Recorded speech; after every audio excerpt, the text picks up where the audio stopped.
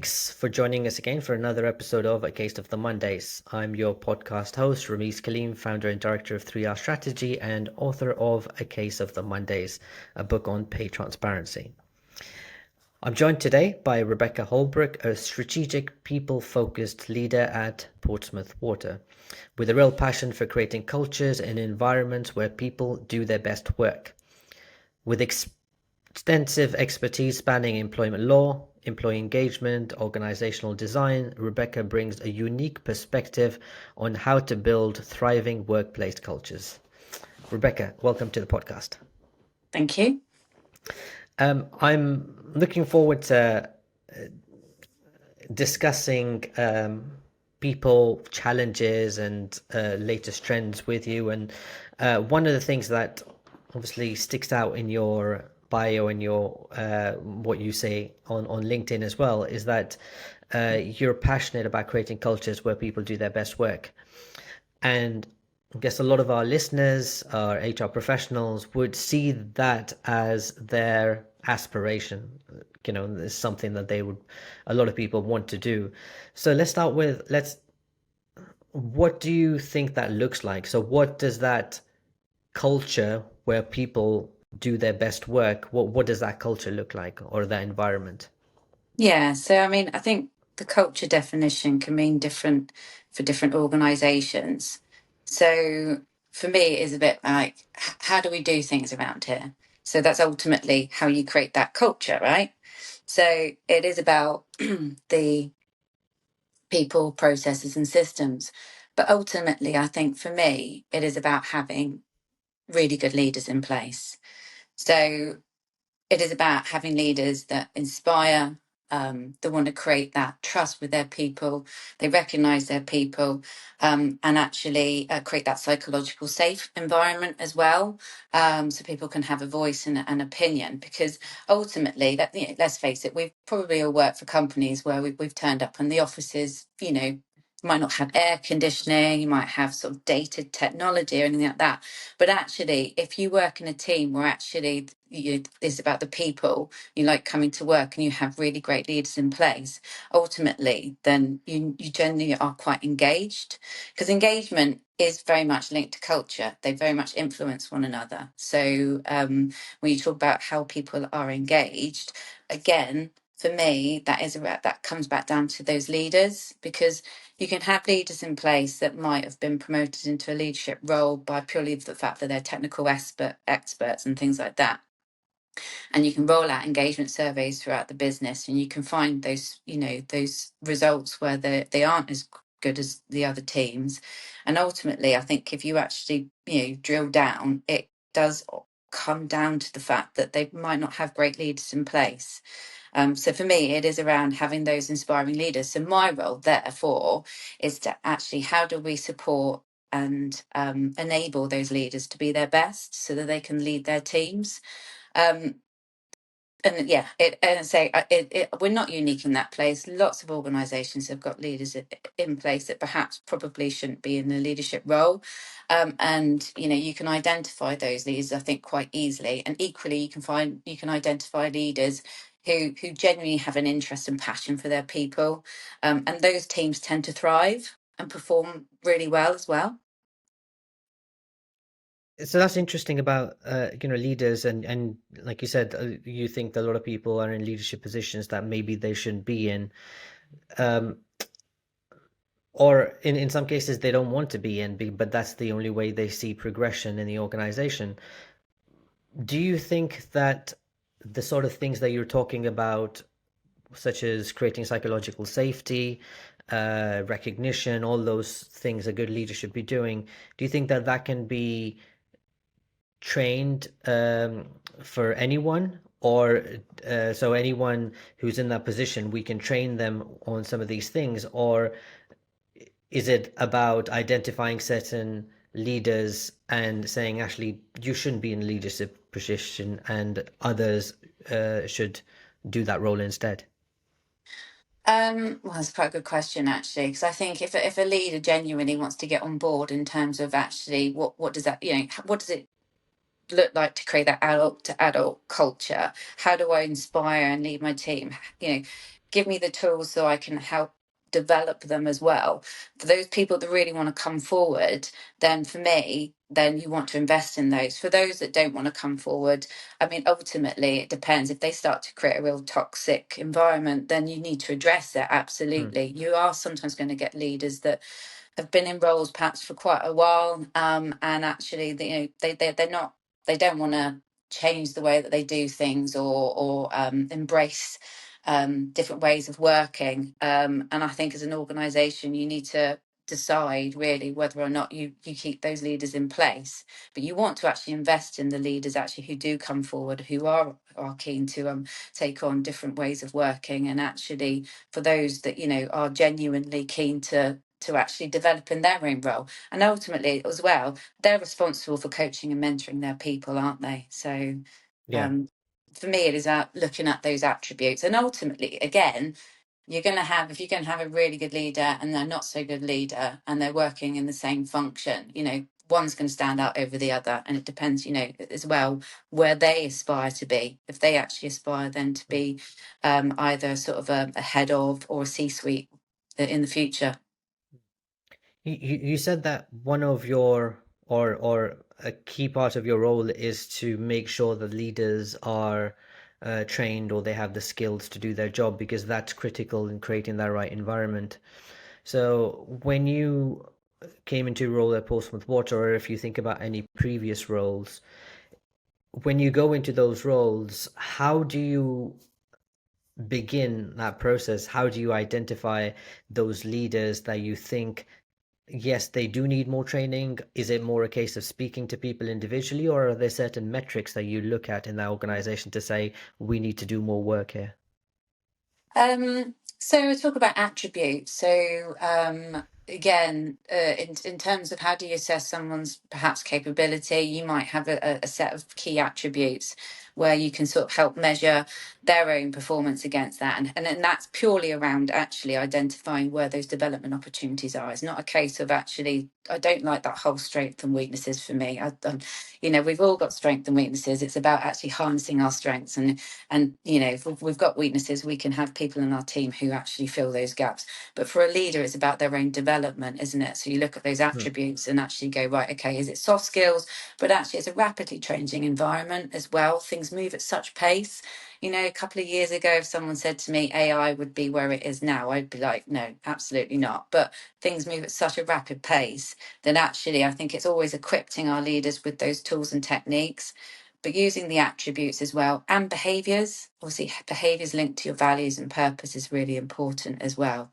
Um, and yeah, I like to see that our role in the people team is there to actually, say, enable and support those leaders to actually deliver their best for their team, and you see their teams perform and the company performs, so it's a win-win for everyone. Okay. It's also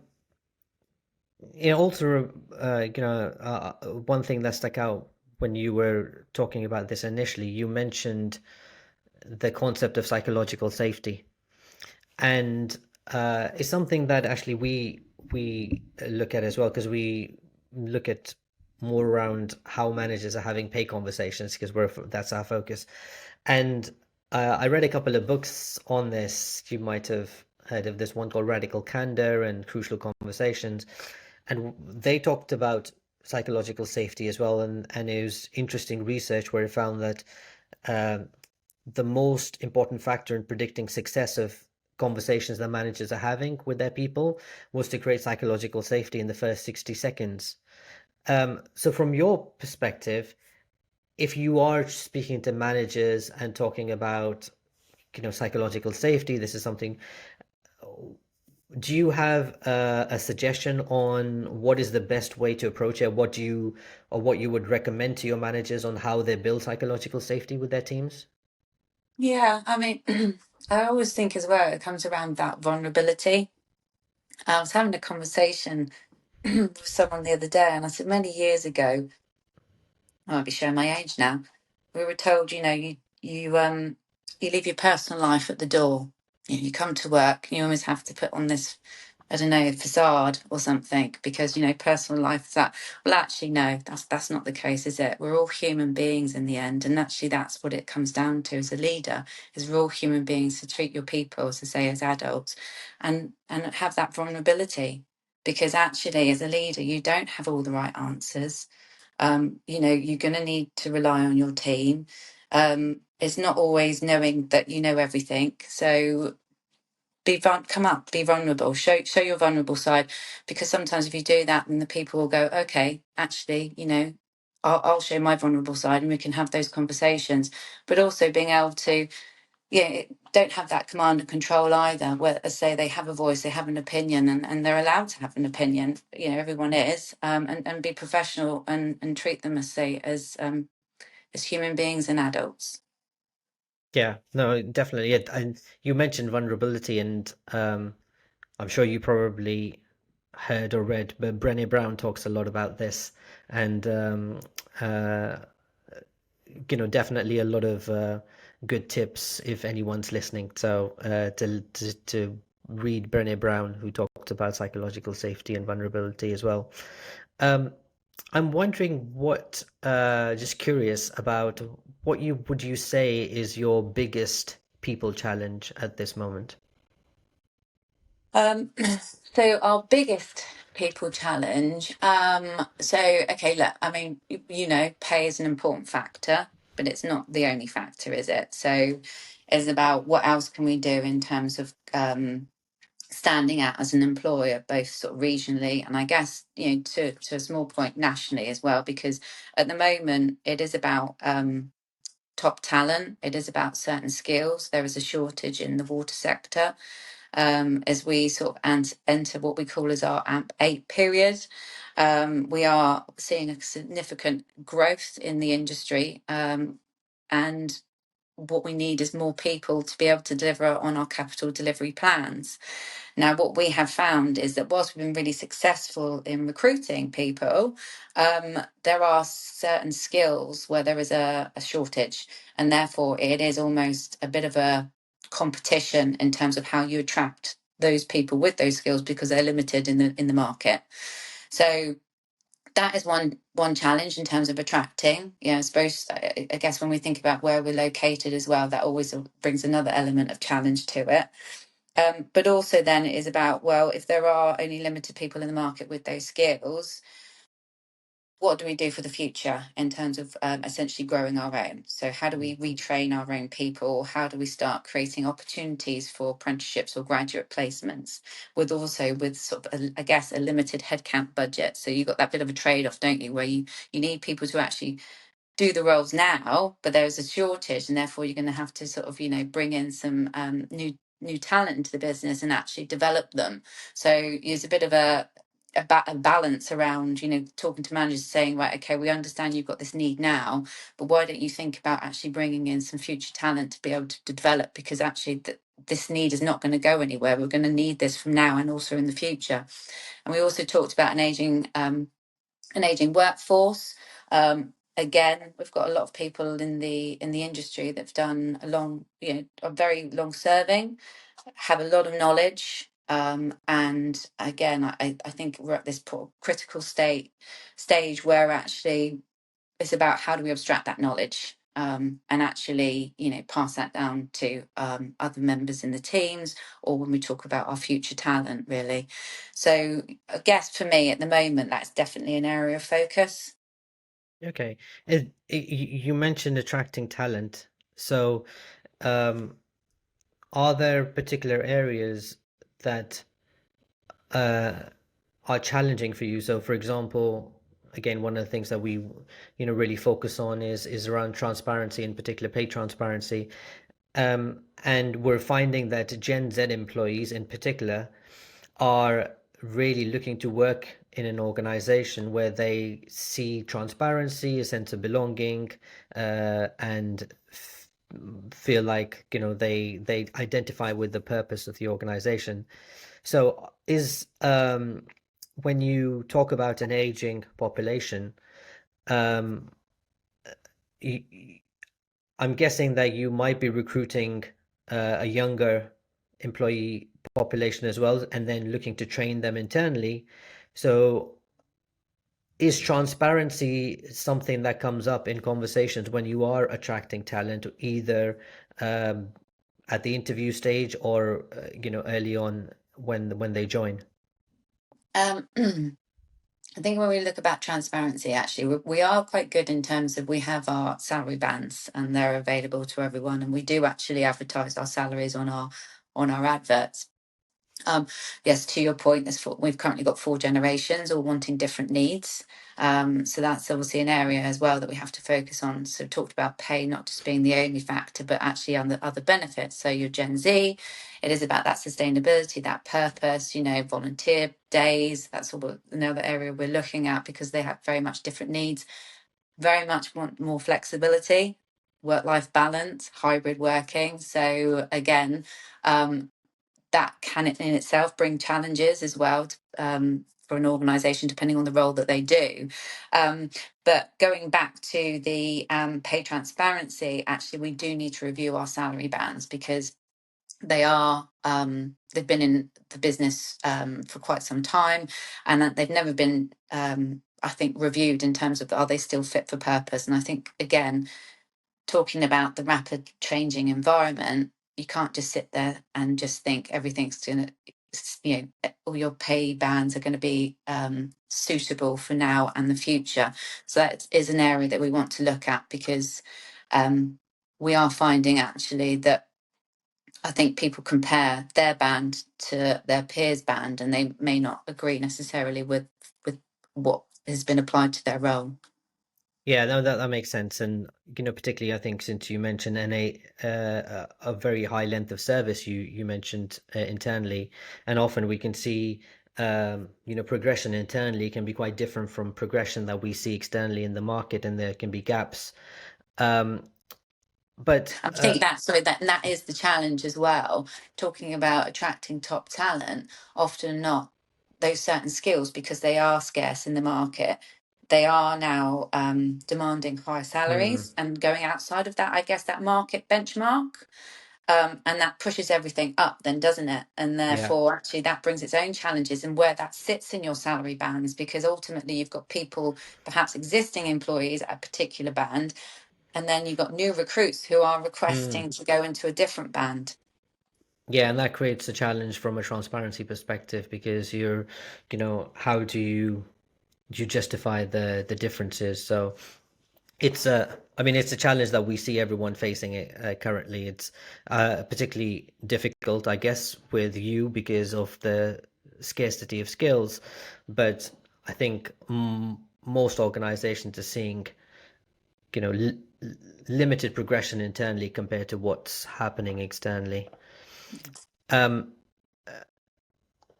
a lot of people, I think, are interested when they're listening to a podcast or listening to someone like you is hearing a success story. So do you have an example of a particular project that you worked on that you think oh, that worked really well, and something that you would like to share, and something you did that you think this is a tip that I'd like to share with other HR people?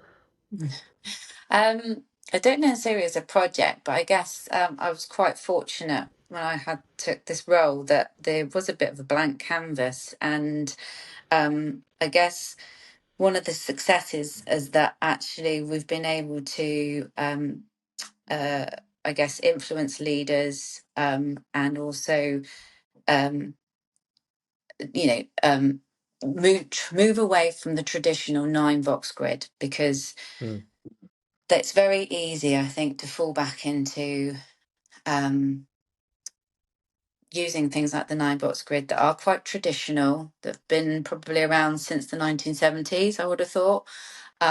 And it's a bit of a comfort zone for leaders to go, well, that's what we'll use to talk about talent. Well, actually, we've been able to successfully move away from that to say, actually, let's not put people in boxes because um, there's no evidence to show that that actually improves performance or actually evidence to show that you've actually successfully promoted internal talent throughout the business because of this traditional exercise. So I know a lot of businesses still use it, but I've been able to successfully influence and persuade our senior leaders to move away from using that and actually have more regular talent talks within local teams and then at a senior level as well. So that for me is a real success because in my years of being working in HR, don't get wrong, I've been reliant using I've used the 9-box grid to death in organisations, and it's a very you spend a lot of time with leaders putting people in boxes, and they haven't actually had those conversations either with the individuals about their aspirations were, or actually they might have, but in 6 months time those person's aspirations are very different from a number of reasons. So and often not, you'd fill out the 9-box grid, pop it in a drawer, and then pick it out a year later. So for me, I feel that that's a success story to move away from something that was quite traditional into thinking actually what is very much a different way of thinking and different way of working to talk about your internal talent.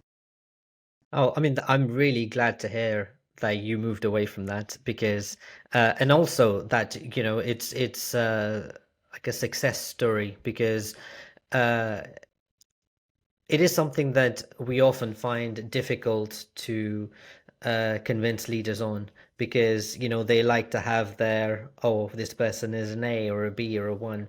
Um, and particularly with the conversations we've been having around, what is the best environment for us to create to get the best out of people. And we're talking about the importance of leaders getting to know their people, building trust, psychological safety, sense of belonging. Even when it comes to recognition, we often say, know your people. Some people are introverts. They might not like to be called out in meetings. Others might prefer public call out. So we're saying get to know our people a lot more, and then at the end of the year, just put them into a box. It feels like such a mixed message. It is, and also is. I mean, again, yeah, the amount of times I've said to a leader, "Have you told that individual what your thoughts are around their performance and their potential?" Oh no, no, we've just done the Yeah. exercise with you and the other leaders. Okay, right. So, yeah, I'm very pleased that we've moved away from that. So it's so easy just to revert back to traditional ways of working. So Okay, great. So thanks, Rebecca, for all of your insights. But before I let you go, I am going to ask you the question I ask all my guests, which is, what is your favorite film and why? So actually, I really enjoy watching films. So this has been actually a bit quite a difficult decision for me, but I have decided on Pulp Fiction because I think when it came out in 1994, it was just so new, and there hadn't really sort of been a film like that by Quentin Tarantino. Mm, And of course, you've got that iconic dance scene with Uma Thurman and John Travolta. yeah. So for me, yeah, Pulp Fiction. Oh, okay, amazing. That's it's one of those. It definitely is one of my favorites. It's one that I've watched many, many times, Yes, and um, I don't know if you. I mentioned earlier that I published the book on pay transparency, and you might be wondering how, but I actually ended my book with the Samuel L. Jackson quote from Pulp Fiction. So. oh, okay, brilliant. Okay. So I do love that film, and I'm really glad that we've managed to. We should probably organize a separate catch up where we can just talk Pulp Fiction. Absolutely. Yeah, let's do that. So thanks again, Rebecca, for all your advice and insights. And just one last thing: if somebody wants to connect with you, what is the best way to do that? I think that's through LinkedIn, definitely. Okay, great. So anyone wants to connect with Rebekah Holbrook on LinkedIn. And thanks again, Rebecca. Thanks everyone for listening. I hope you found the episode useful and insightful, and we'll speak to you again on another episode of A Case of the Mondays. Enjoy this episode? Join the Academy for free and have access to CPD certified reward training, quarterly reward community sessions, first access to salary insights reports, reward and benefits market data, and hundreds of free practical tools and templates.